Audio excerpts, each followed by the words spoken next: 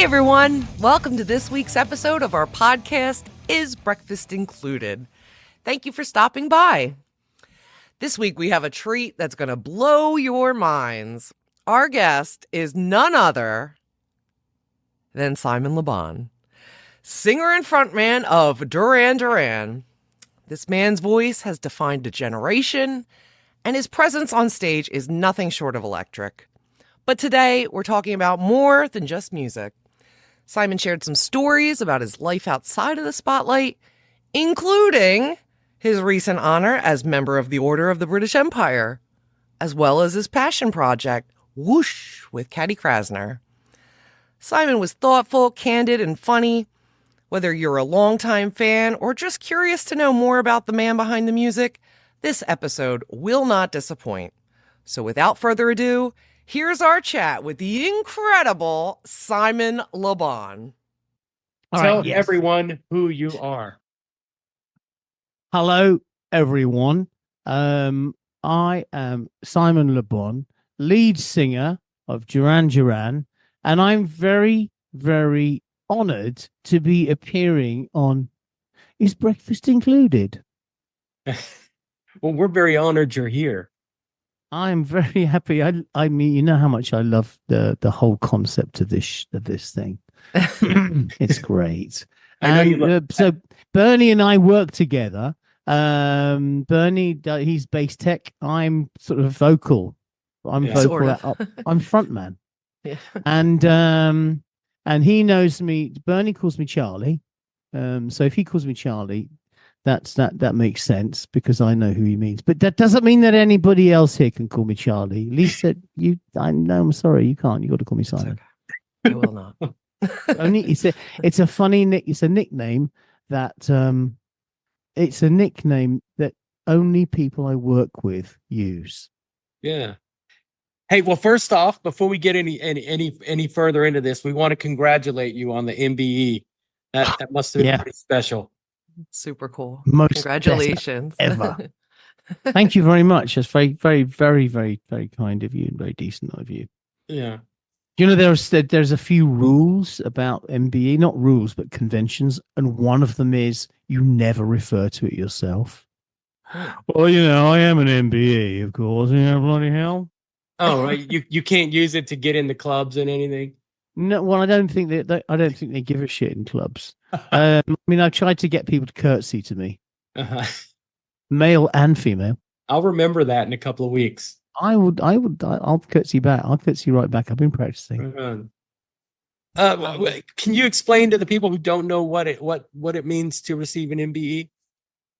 Okay, MBE. It stands for member of the British Empire, or some people think it stands for Most Excellent British Empire. It is an honor which is awarded by the King.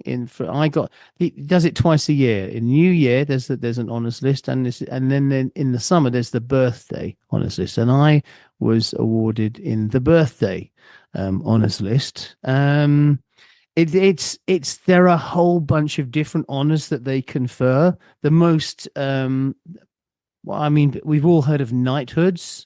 Yes. Which is like Sir Mick Jagger and Sir Elton John. And then there's people, and then you've got what's called Commander of the British Empire, which is CBE, and then Order of the British Empire, OBE, and right at the very bottom, the very like entry level honor is MBE. And you don't have to diminish it. You're on your way to knighthood. Well, some people think of it like that. I think of it like, wow. And but you know, I've just got to say before we go any further, the person who is most excited about this honor is my dad. Oh.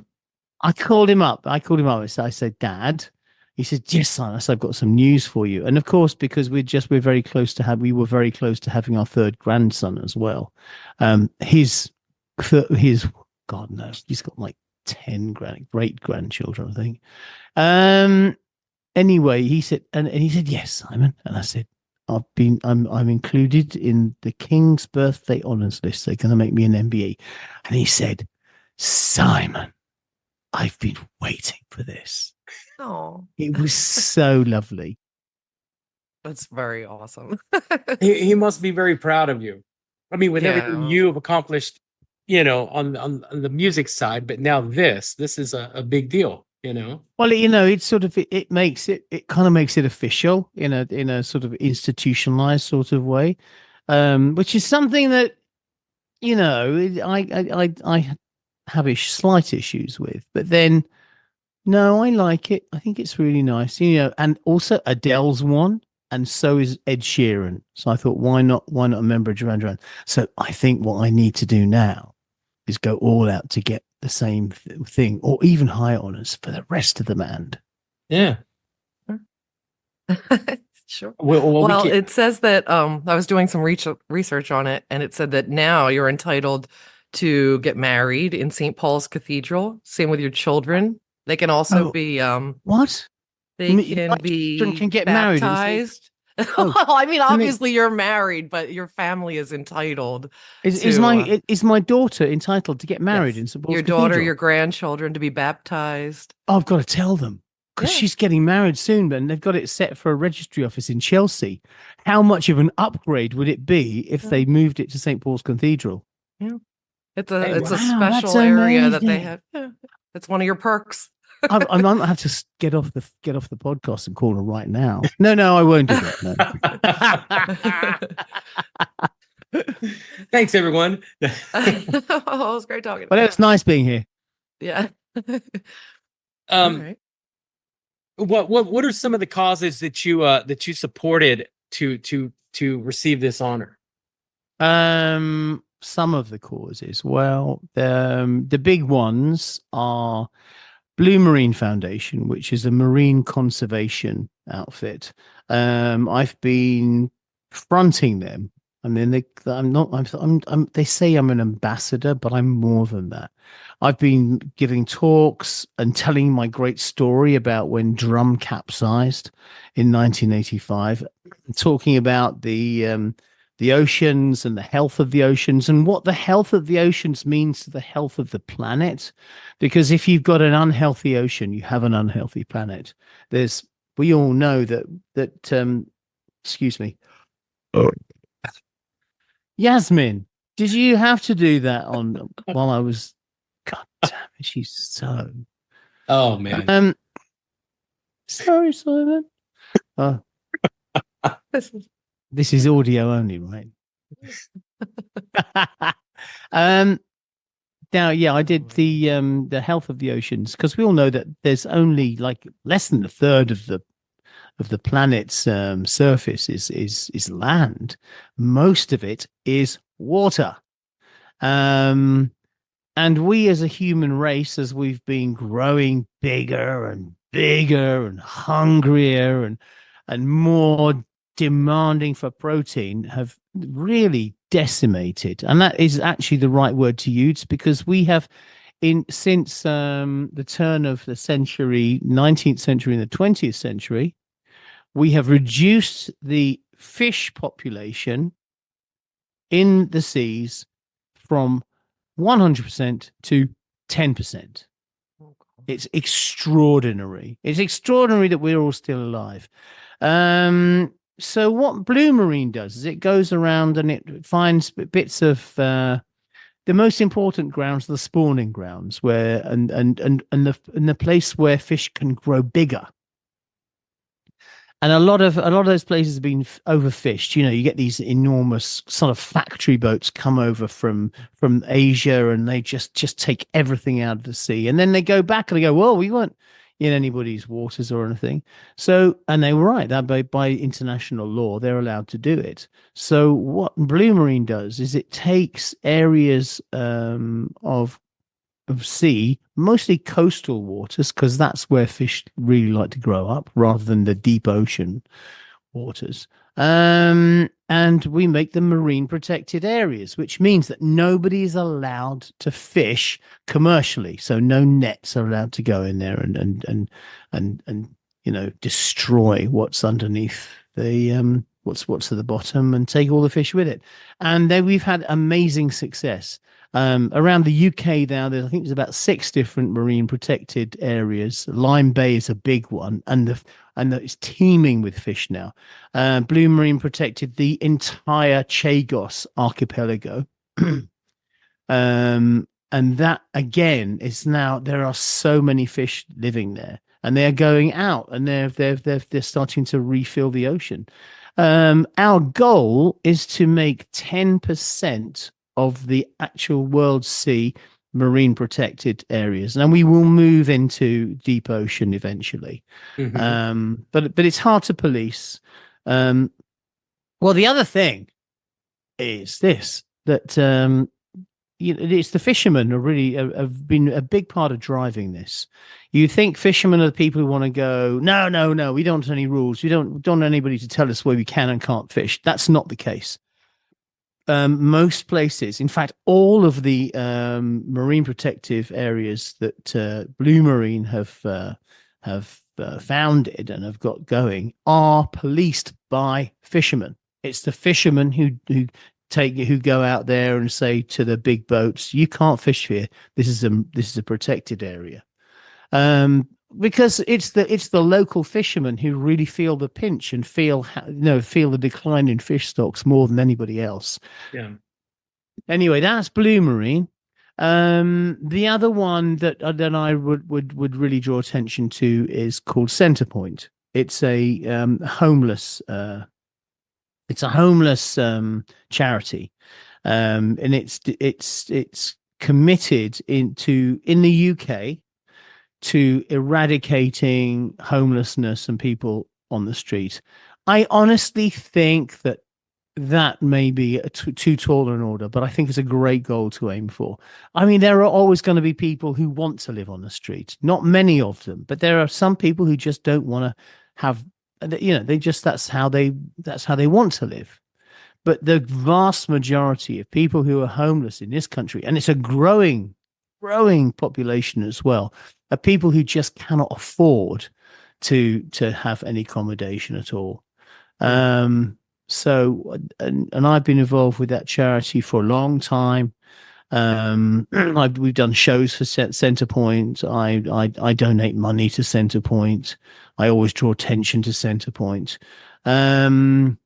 Homelessness is, all over the world, is especially all over the developed world, the first world, maybe, you're seeing more and more of it. I mean, if you look at the west coast of America, from Vancouver right the way down to Southern California, there is a massive homeless problem. I was talking to a politician in Portland, Oregon. And Portland, Oregon are one of the few places where they've really gone out of their way to really,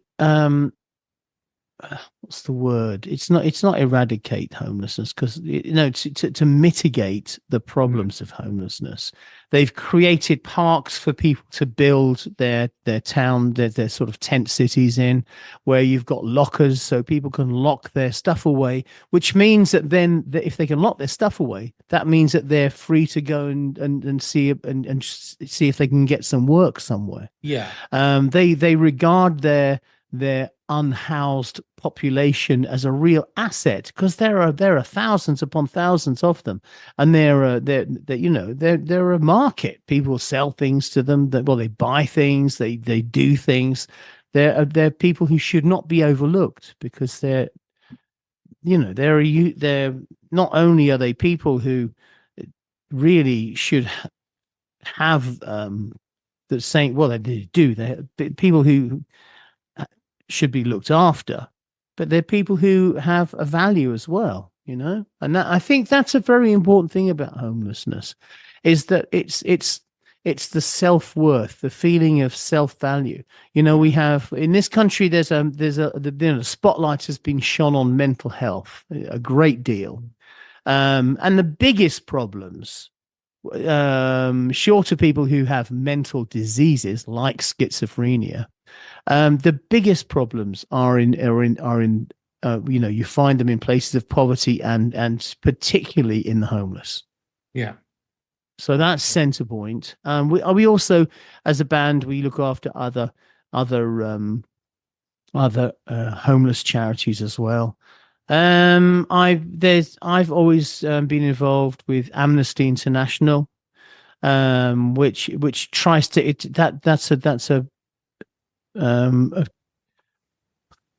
sorry, Mum, I've got that word thing where you forget what the word is. It's an initiative to get political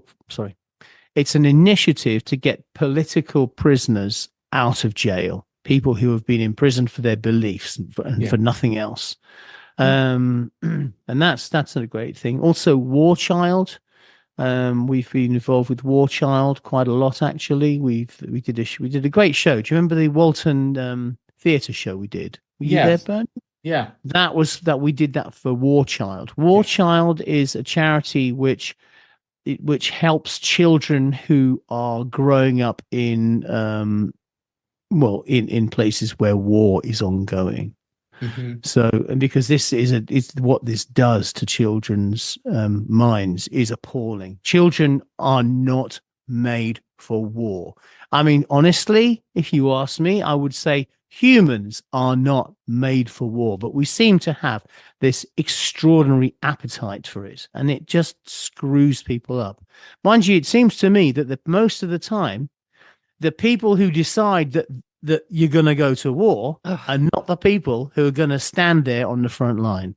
Yeah. I said the same thing the other day. I was recently very into World War II, and I was looking at all the different steps of how it escalated, and it's just fascinating learning about that. But you're right. The people that give the orders are the people that would never be out there. They would never be. They're too old. Or they're just not more people, throw more people at the situation. Yeah. And it's so I mean, it's appalling what Vladimir Putin is doing now to the male youth of his population. You know, they're being drafted in, and how many hundreds of thousands have been killed already in that war? Yeah. I do not know. So I am anti-war. I'm anti-war, but I am not I'm not for appeasement. Or I am anti-war, but I think there are certain times when it is absolutely necessary. I think we're in quite a critical situation at the moment with the US, the Russian Federation. NATO has increased, and I think Russia is pushing back against that. I don't think we should curtail NATO now. I think we have to push ahead with it. I'm glad that Finland and Sweden have become part of NATO. Yeah. And I believe that we have to stand up for Ukraine. I really do. They don't want to be part of Russia, and they don't have to be. They're their own country, their own people. As you know, in the Duran Duran show, when it comes to Ordinary World, one of our most important songs, really. I still dedicate that to the people of Ukraine, among other people as well. But it's very important, I think, that we do not forget about them. Yeah. It's so easy to be concerned about something, and then the next thing happens, and then it can be forgotten. So to be constantly reminded that's important. Yeah, and I have heard somebody say, well, we've kind of had enough of that now, and I've said, well, think about the people who are being bombed by Russia. You think they've had enough of it? Yeah. Of course they've had enough of it, but it's still going on, and while it's still going on, I will continue to make that mention. You have the platform, and I think that's that's good. Yeah, I think anyone who says we've had enough of that it's not happening in their backyard. I know it's a very short-sighted, selfish point of view. Yep. And of course there are some people, I think there, occasionally we come across people who support the the war in Ukraine from the Russian point of view. Very occasionally. I've met one person like that. Wow. I met somebody who said, no, the Crimea should always be Russian. It should never have been Ukrainian. Yeah. That's how Germany went also. Yeah. Yeah. Yeah. Well, this is what terrifies me about the prospect of the potential next American election.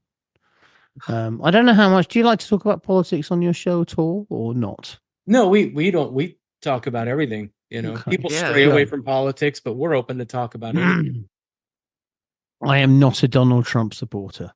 Absolutely. Who could be? Well, some people are. There are many who are, and you got to respect that. But I just don't. I don't like what he stands for. I think he stands for kind of cutting America off from the rest of the world. And America has really led the world in the most righteous way for decades and decades and decades now. Well, really, since the end of the Second World War, for sure.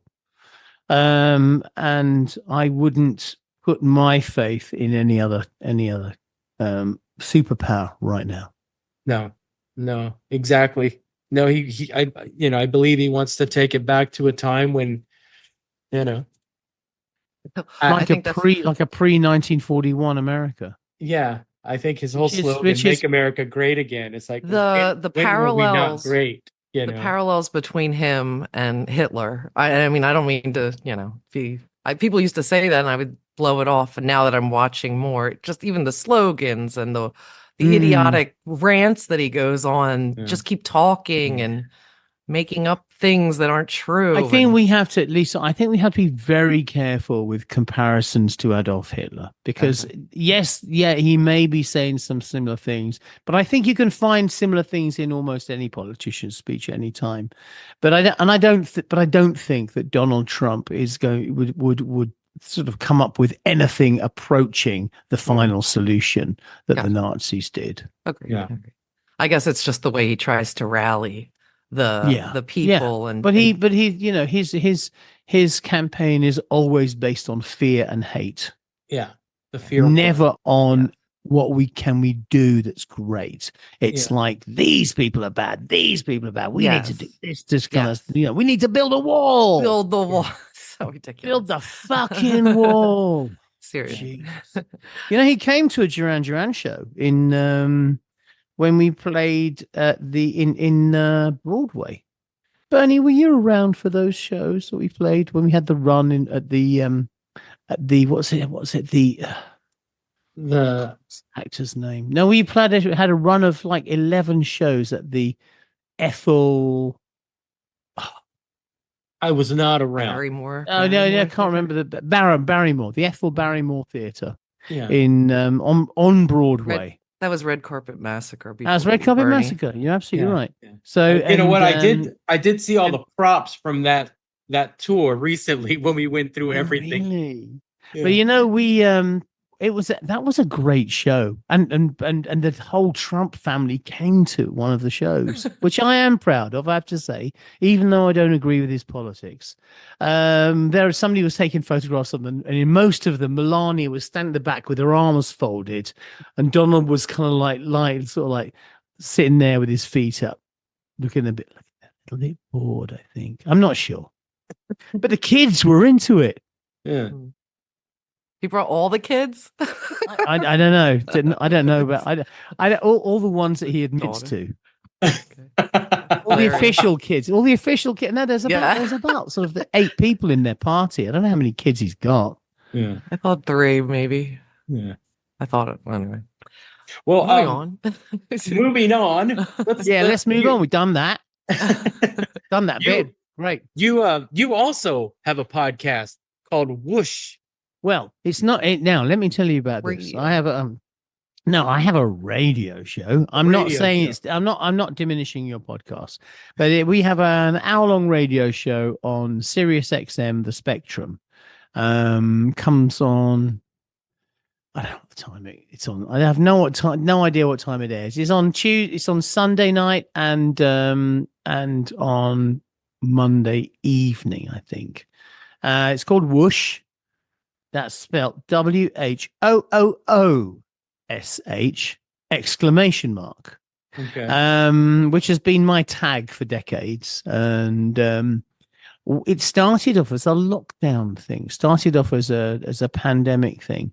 I came down to breakfast one morning. My daughter Tallulah was sitting there listening to BBC Radio 6, which is a funky radio station. You know, you've got Huey from Fun Loving Criminals got a show on it. You've got Karis Matthews as a show on it. It's got very, very musically minded DJs who are not governed by any playlist, anybody else picking their music. Anyway, I came down. She's listening to that. I said, "Oh no, I can't have this one. Having my breakfast. I want to tune it to Radio 4." Now, let me tell you about Radio 4. Radio 4 is a news and current affairs program. It's talk radio. There's no music on it at all. Tallulah goes, "Oh, Dad, call yourself a musician. You don't even like music, especially new music." And I thought, ouch, that hurt. That hurt. And I thought about it and I thought, the reason it hurts is because it's true. And I thought, my God, the only music I listen to is the stuff that I'm working on and the stuff that got me into a band in the first place. And I remember sort of sitting in a taxi on the way back from the studio after we'd been working up until 4 o'clock in the morning. And the guy in the taxi goes, "What radio station do you want to listen to?" And I go, "Do you know what? Let's have a quiet, please. Because I've been working on music all day. And the last thing I want to do is listen to somebody else's music." And eventually that kind of pushes out everything there is except for your own shit. And like I said, the stuff that got you into band in the first place. Yeah. And this came as a real epiphany to me. And I said, "Do you know, Tallulah, you're bloody right." So I said to her, can you just help me kind of make a playlist? Can you just point me in the right direction with some really great new music, really good stuff? And she said, "Yeah, okay, I can do that." And she started doing this, and I started getting into. I mean, I remember the first 3 bands she really turned me on to were Car Seat Headrest, Thundercat, Dorondo, and a bunch of others. And it was like a little door opened, and once you got through this door, suddenly there was passageways everywhere, and you could just go anywhere. And around the same sort of time, this is when we weren't allowed to go out, weren't allowed to meet people. 2020. Around the same time, Wendy gets on the phone to me. Wendy's our manager from Magus Entertainment. She says, "Charlie, we need to have some presents while this awful pandemic's happening. What do you think you might be able to do?" She said, John's doing a sort of bass clinic thing, and Roger's doing like a drum special. Nick's got this kind of art thing going on. What do you reckon you could do? And funny enough, and I'd done this. I picked 2 or 3 songs for a radio show that a friend of mine was doing on it for lockdown radio. I said, "You know what? I could do a radio show. It'd be new music, and I could just do it." And she went, "Yeah, great." So the next thing, I said, "I'm going to need a co-presenter," and I talked to Caddy Krasner, who's really the band's assistant. And I asked her, and she said, "I'd love to do that." And she also has a great radio voice. So there, and suddenly we were up and running, and we started off on Spotify. And, I started off with a bunch of old songs that I loved from, the last 50 years, really. And we took it from there. And then we moved on to Sirius after about 35 episodes. We got taken up by Sirius. And here we are 4 years later. I've just finished playlisting episode number 189. Wow. We've done 189 episodes. I have a playlist. I've put all the different songs in that I've chosen, because that's the other thing about it. It's stuff that I choose. It's the music I like. The playlist is, how long is it now? I'm just going to go and have a look at it, because it always makes me laugh every time I see it. Here we go. Let's see. Your library. Okay, let's have a look. The playlist now is 103 hours, 28 minutes long. And that doesn't include the last show I've just done. It didn't seem like a massive undertaking at the time, but it's become something. It's a real passion to me. I love doing it. I love music. I've realized this thing with my daughter Tallulah, this has reignited my passion for music. I feel it as excited now when I hear something really special as I did when I was 18 and the same thing happened. It's a genre non-specific radio show. So I don't really play, we're not a rock radio show. We're not an R&B radio show, but we do play rock and R&B. We do play punk. We play a lot of world music. So I play a lot of African stuff. I'm crazy about a band called Kokoko at the moment. Kokoko. It's what they say in the Congo. Instead of, it's like knock knock. When we say knock knock, and they say Kokoko. So Kokoko, who's there? Yeah. Okay. Cool. I couldn't think of anything.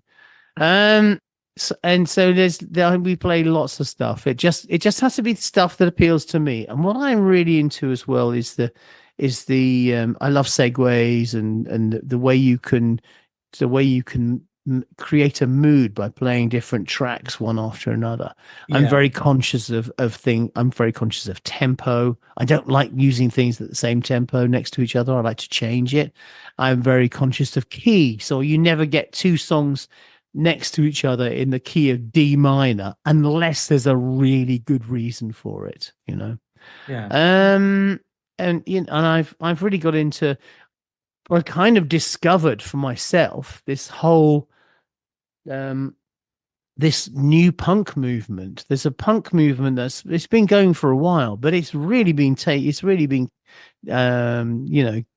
getting a lot of momentum and energy in it now. My favorite punk band is a band called Bad Nerves. They're from Essex in the UK, but there's also a fantastic American band. They're called Wine Lips. Check out a track called Eyes or Get Your Money. They've just got a new album out. Can't remember the name of it, obviously.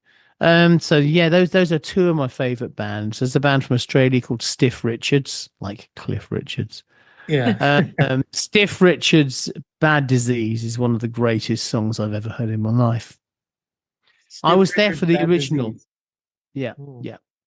I was there for the original punk movement in 1970. I was late. I arrived in early 77. Most of them had been at it for at least 6 months before I got into it, but I got into it. And that was the first time punk rock really happened, Yeah. And you remember punk used to be a derogative term. It's a pejorative term. I love youth movements and cultural movements generally. I'm fascinated by them. I'm always fascinated. It's funny you said you got into punk late. I got you beat. I just recently got into punk in the last 2 years. And I'm 53. Right.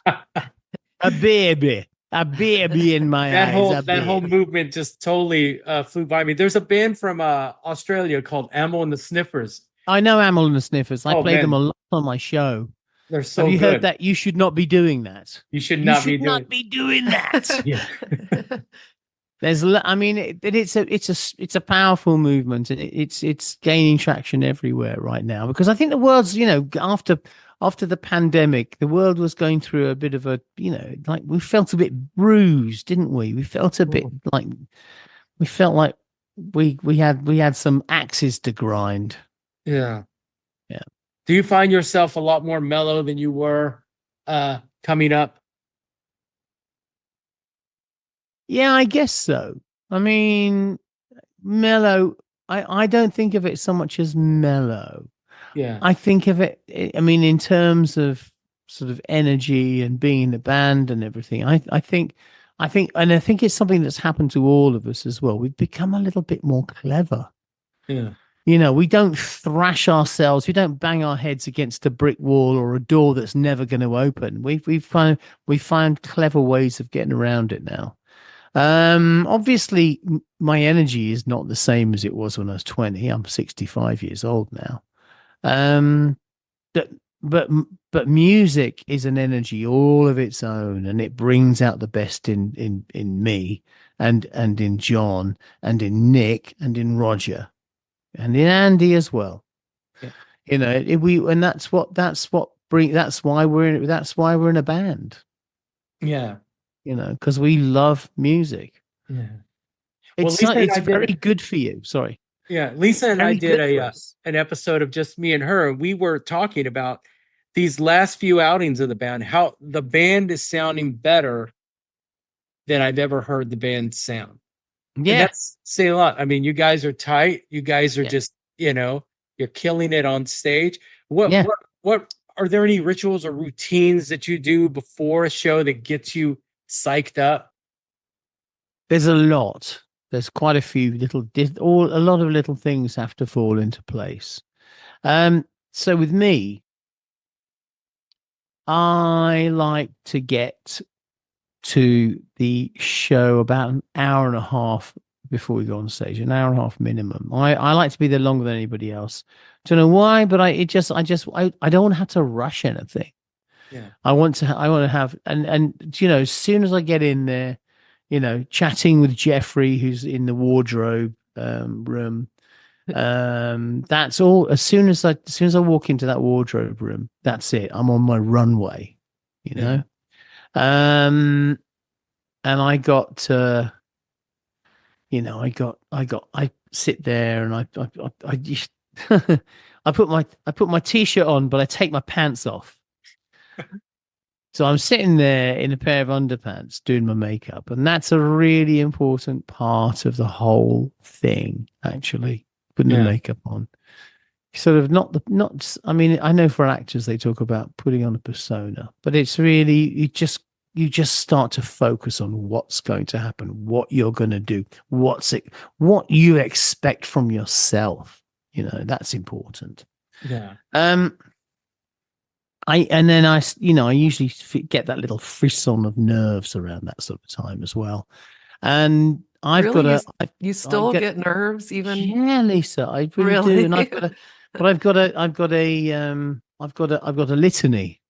litany against nerves, and it goes like this. It's not fear, it's adrenaline.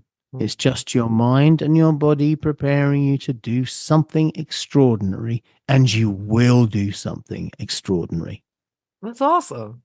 That's awesome. And when you think of it like that, when you think of it as this is not fear, it's my body sharpening up. It just feels a bit scary, because this is what you feel when you're in a dangerous situation as well. I'm not in a dangerous situation. I'm just in an excitable situation. I still get nervous too, for different reasons. But what I noticed about you guys is, like, a couple of years ago, we did Hyde Park. Yes. And I was backstage talking to John, and I could see he was visibly nervous. I was nervous for other reasons. You want the show to go seamless. Of course, you don't want to get the look, I know. Yeah. And but I've had that look. Yeah, but I haven't had that look for a long time, I've got to say. So I noticed. It's funny. Sorry. No, he was somewhat nervous, so I had to play it cool. And I remember telling him, Hey man, it's just another show. Take it easy. Take it easy and enjoy it. As soon as you get, as soon as you get onto the stage and you start playing your stuff, and you start thinking, this sounds good. Yeah. And we're playing it, and we wrote it. Yeah. You know, when you start getting off on that, then it goes into a different place. The whole show goes into a different place. It goes into a wonderful place. And this sort of Zen thing happens where you become very, very sensitive and sharp and able to react very quickly to anything that happens. But it also it all seems to slow down, and you're aware of the minutiae as it goes along.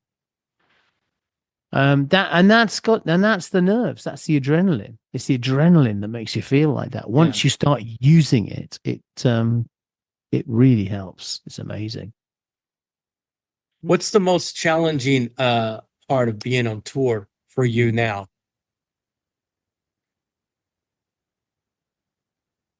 Probably the most challenging part would be not drinking too much after the show.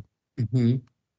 Like not going, because you do a show and and you're so high off the energy of the crowd.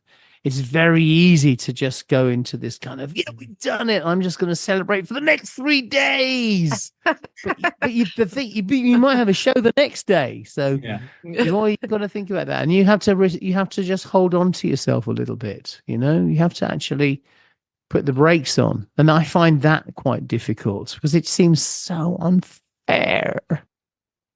Yeah.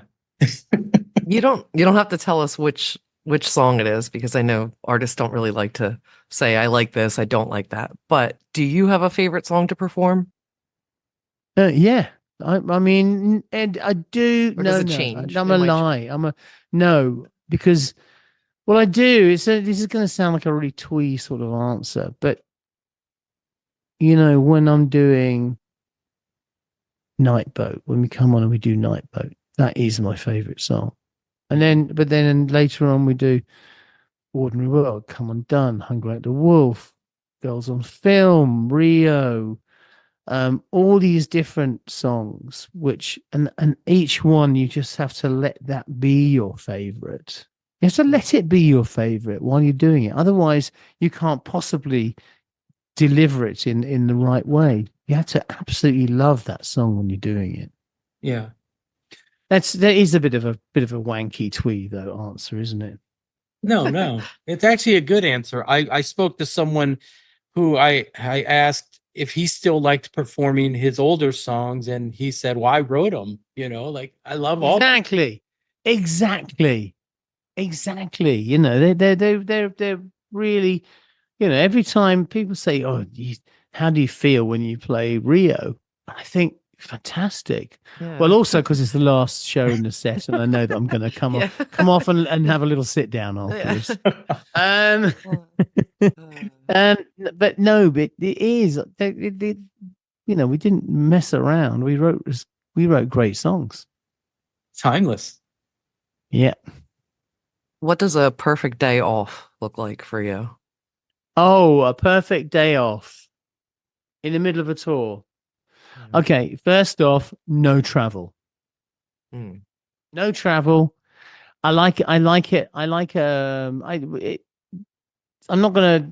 It doesn't have to be a hot day or a sunny day, but I like a dry day so I can get out without being rained on. I had to go for a walk. Me and Yaz had some great times on the last tour. We went. Oh, where were we? We were in somewhere, and I got Jerome had given us a load of different names of restaurants to go to, and we went far and wide. I can't remember what town. Sorry, it was Portland, wasn't it? Portland, Oregon. In Portland, Oregon, we had such a great time. We went out and we wandered around, and then we ended up going to this Mexican restaurant that didn't really want to seat us because they're so full. But then we managed to get in. And that was a wonderful, wonderful day. We were out, we did things, we saw the town, and then we ended up in a really nice restaurant and made our way back. And I like an early night. I don't really want to stay up very late. I like to get to bed, sort of 10 o'clock, maybe sometimes even 9:30. That's okay. That is such a luxury. That is a luxury and a half. It really is. Getting to bed at 9:30. Yeah. Even if you sit there and scroll or something on your phone. No, I don't do that. Oh, okay, good. No, I try not to be stuck on my phone. I'm not very good at phone. People know this about me. I'm not very good at answering my phone. I'm not very good at calling people. I'm not very good at emails either. I like to do things. I don't really want to be sat there looking at a laptop or a phone screen. Yeah. I watch telly. I like telly. With some fantastic things on television. Did you see that science fiction series on Apple called what's it called? Not The Dark Forest, The Three-Body Problem. That's amazing. It's proper sci-fi. Yeah. Deep stuff. Very deep stuff. Yeah. Any other recommendations? Oh, I have so many. Should we talk? What do you want? You want television? Okay. Tokyo Vice. That's amazing. With I can't remember his name, but Arthur Elgort, the photographer. Sorry, what is it? Ansel.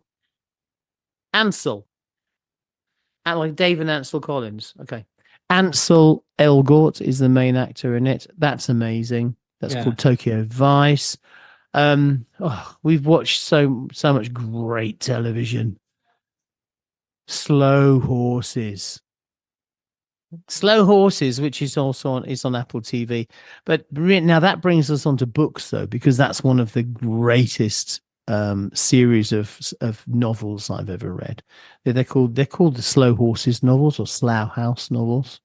They're by a guy called Mick Herron. John Taylor turned me on to it. Really? Yeah, good like that.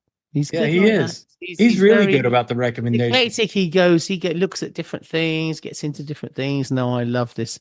I mean, I love the espionage genre. I really do.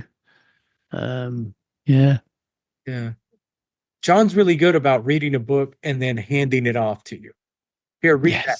I've read it. It's great. Yeah. Check that out. Absolutely. Mm-hmm. On a day when you're home, you're not in the spotlight, and you're in the supermarket and you hear one of your songs, what keeps you from breaking into it? Oh, total embarrassment. I mean, it's so easy. I mean, I really want to, I really want to, and I want to get, I feel like going around everybody, hey, that guy singing, that's me. That's amazing. Hey, that's me singing. Can you believe it? Do you grab some spaghetti off the shelf and do like a no. It's just I restrain myself, and a little smile might creep onto my face. Right on. That's funny. Right on. How do you feel when some of your peers or really like younger artists, younger musicians who you're a fan of come up to you and just completely fanboy around you and tell you what an inspiration you've been to them? I witnessed this years ago when we were in Brazil and the singer of 1975 walked up and was practically in tears. I know. I am so flattered and honored by that. Yeah. I find because we were not a cool band for a very long time. We were sort of the absolute sort of pariah of music as far as a lot of people in the music press were concerned. And I think that we took that very seriously. We took it to heart, But then the music press was run by sort of guys who wanted to be in bands but were too scared to actually do it. Yeah, too scared. So There was all that. And so it's always such a huge surprise. I've never taken it for granted. And when anybody does come up and say, you guys made great music, that really means a lot to me, especially when it's another artist, you know. Yeah. But, you know, somebody came up to me today. I was out in central London, and a couple from California stopped me on the street and said, can we do a photograph with you? And I said, sure.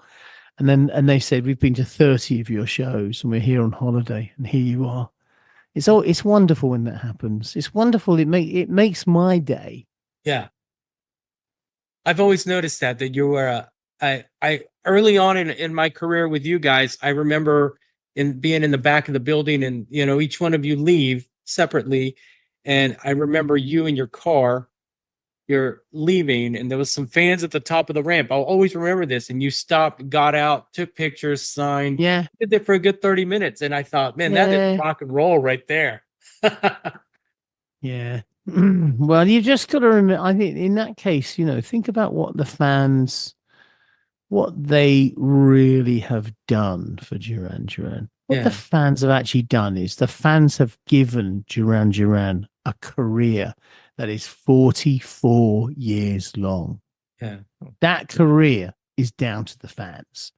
It's not the only thing, but I mean, if they weren't there, we wouldn't be here. No. So I feel a great sense of gratitude whenever I come across fans. Yeah.